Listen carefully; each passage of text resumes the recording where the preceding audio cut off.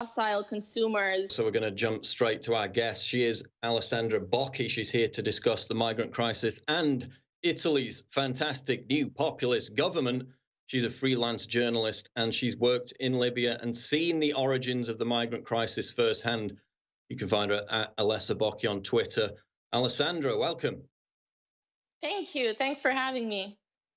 Now, we're going to delve more into the background behind the migrant crisis, going to zoom out, and we'll talk about Italy if we get time. But starting with this breaking news, which I touched upon earlier, the Aquarius rescue ship, 600 migrants it was carrying along with some other ships. It was turned away by Italy. It didn't stop in its first port of call, which was Tunisia. Gee, I wonder why.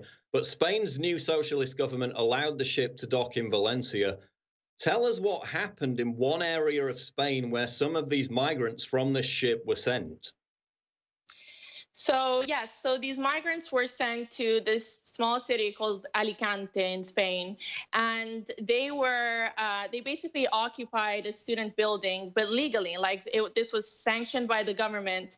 And this student building had students who were paying rent, like 750 euros rent per month, and they were evicted from this building. They were given, I think, 1 day notice. And these migrants were sent there because apparently they were afraid that they had diseases. And so they sent them to this building, but it doesn't really make sense. And this is the center of the city. So if these migrants really do have diseases, well, first of all, why are you letting them in the city? But also, why are you letting them in the center in a student building? It makes no sense. So these students, they paid for their accommodation and they were basically told 24 hours, you're out, right? Yes, there was one student who gave his testimony, a friend of mine, Cesare Sacchetti, he's a journalist who reported on this.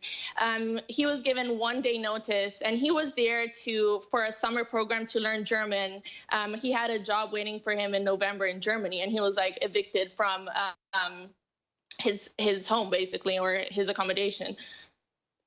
Yeah, we were rolling a video earlier out of Italy, and this was a couple of years ago. It was an old man, horrific video, chilling video.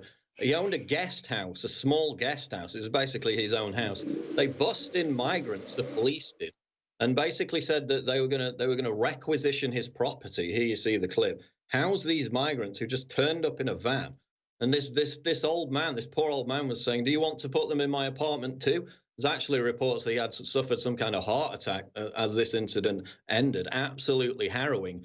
We had Germany spending millions housing migrants in Berlin hotels while, they had 10,000 homeless people on the streets. Spain's got a huge unemployment problem right now. A lot of these European countries do.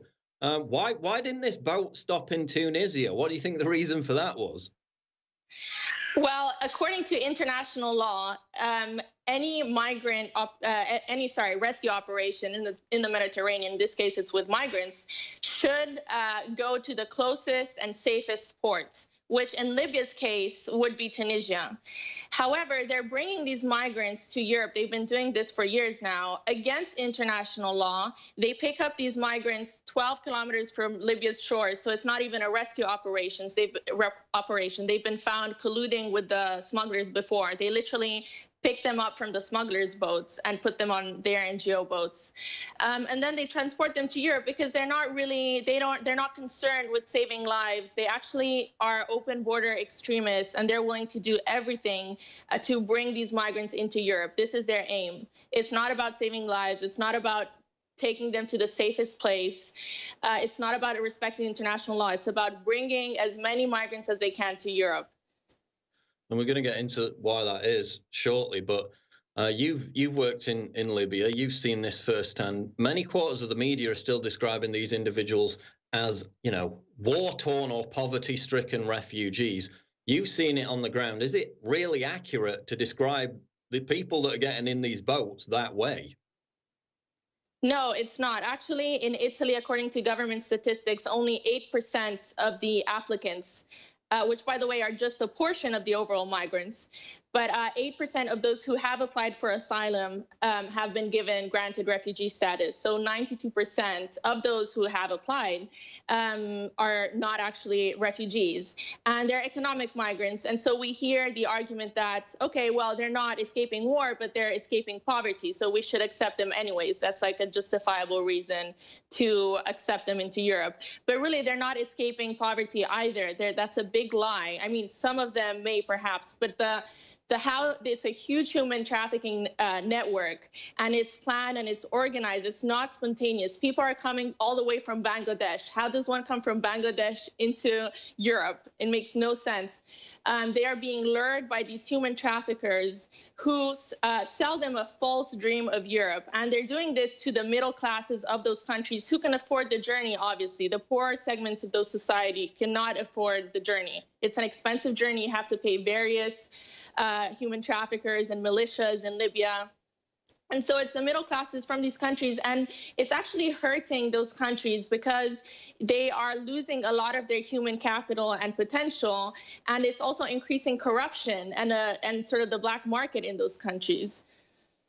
Yeah, I mean, it's a brain drain. If you've got the middle class of a country leaving, then that's only going to harm that country in the long term as well. So it's not really benefiting anyone. Now, we're always lectured, on the right about how inhumane we are for opposing the rescue of, quote, refugees. My question, is it more inhumane to want to maintain the integrity of borders and law, God forbid, or is it more inhumane to incentivize these journeys that are guaranteed to end in death for thousands of people? Who's being more inhumane here? Well, obviously, if Europe didn't have open borders in the first place, these people wouldn't be risking their lives for this journey. There wouldn't be a human trafficking network to incentivize these people to make this perilous journey. So it's definitely the fact that there are open borders. That's the main reason why these people are risking their lives for a false dream, may I add, of Europe, because they get into Europe, they can't find a job, there are no jobs. There isn't enough welfare for Europeans themselves. And many of them, yes, die in the Mediterranean. So it's really a tragedy. And we have stories like the one out of Germany today, obviously huge problems with crime. We had the murderer of a 14-year-old girl fled the country. They got him back in the end. Now it's coming out that he was bragging about how great everything was in Germany. They gave him money, they gave him welfare. So we're going to talk about that as well.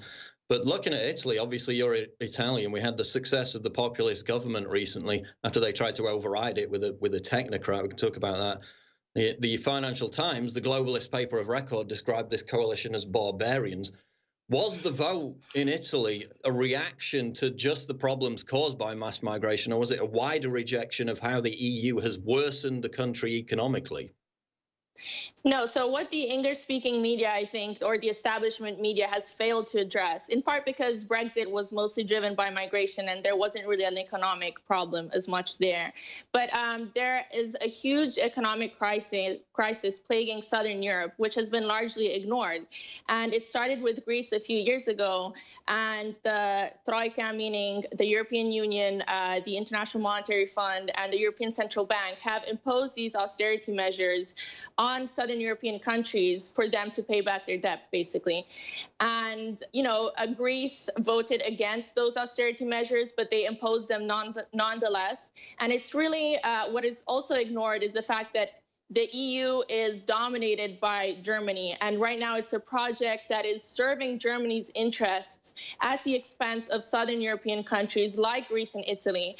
And the European Union, as well as Germany, thought they could ignore Greece because it's a relatively small country. It doesn't have as much power to really stand up for itself.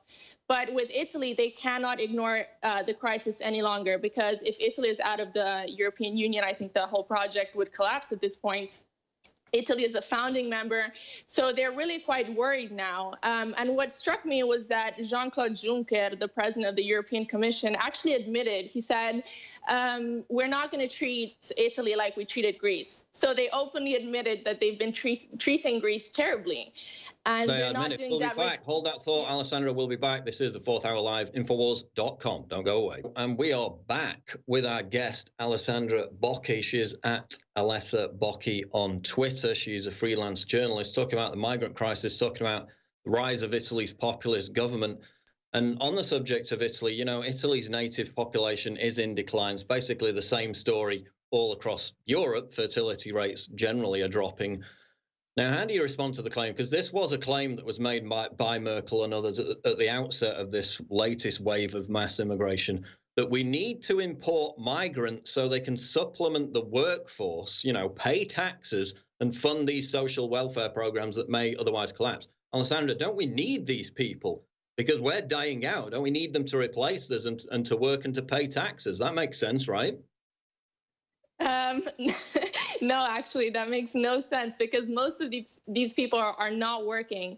They are their lives are being paid for by the government with EU funds, by the way, and they're living in these. At least in Italy, it's a bit different, perhaps in Northern Europe, but in Italy, they're living in these large cooperatives, and there are these sort of camps, migrant camps, where they have everything paid for, and they're not integrated in society. They're not working. They're not doing anything. I visited some of these camps, and the migrants have themselves told me that they were really bored with their lives and they didn't know what to do, and they wish that they had a job. So that's not the case. Actually, the reason why, at least in Italy, people are not having children is because of the, I would say, economic crisis mostly.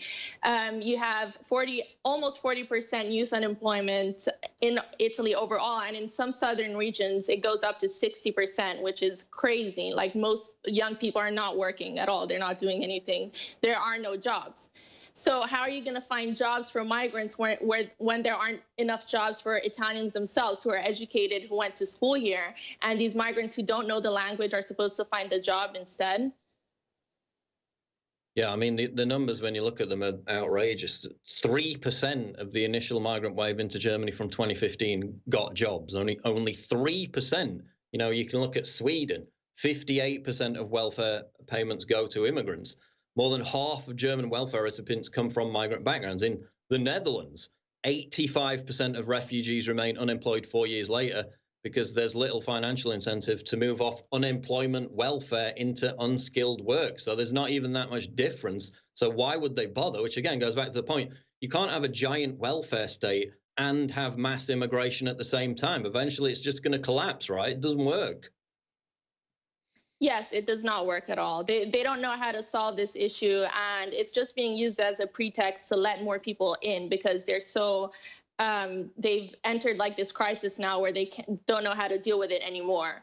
But in some cases, I would say that it is an occasion to have more cheap labor into the country because many European countries have developed worker protection laws that would not apply to illegal immigrants. So a lot of these migrants are being basically used as slaves to be exploited instead of Europeans or the European working class, if that makes sense.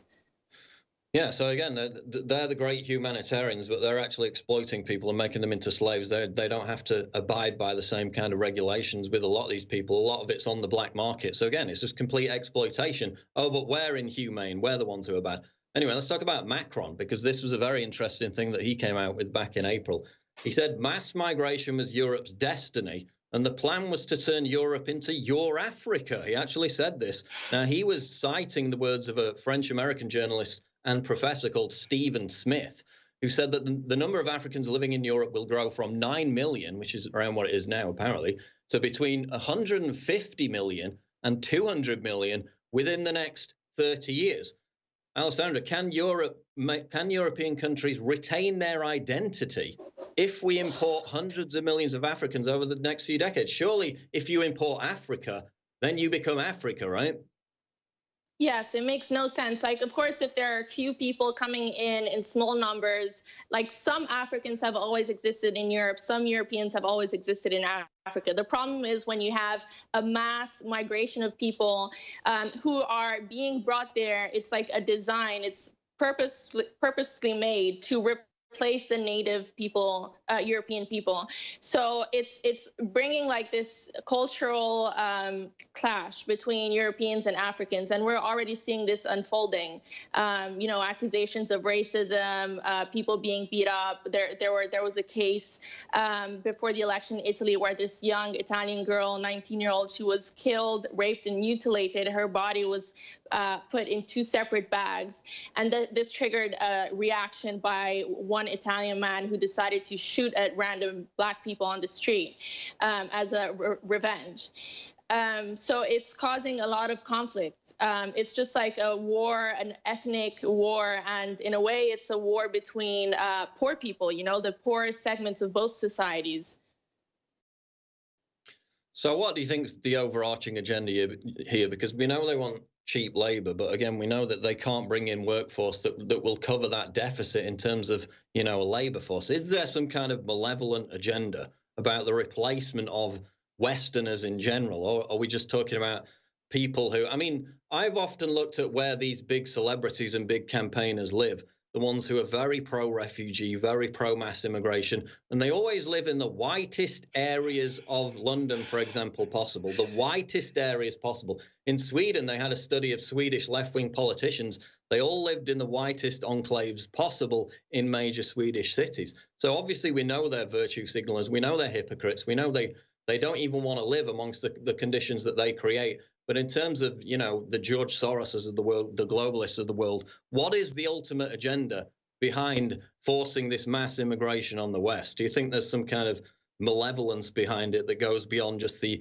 economic exploitation? Yes, I do. I think it is a program designed to basically uproot not just Europeans, but Africans, anyone. They don't have any particular hate for a group of people. They just want people to be uprooted, to not have an identity, to not have a community, to not have a sense of purpose. So they become sort of more docile consumers in their sort of future. Yeah, we appear to have lost. Basically ruling everything. Yeah, we got it. Yeah, that's what I was talking about earlier. Basically, make people easier to control, make them docile, make them dependent on the state. That is a dream. That is a dream for technocrats. We'll leave it there, Alessandra, but just tell people where they can find you on social media and where they can read your work. You can find me on Alessa Bocchi on Twitter, and I'll have a website soon with all my work from North Africa to Italy and Europe. All right, it is Alessa Bocchi on Twitter. Alessandra Bocchi, really appreciate the time. Thanks for joining us today. Thanks for having me.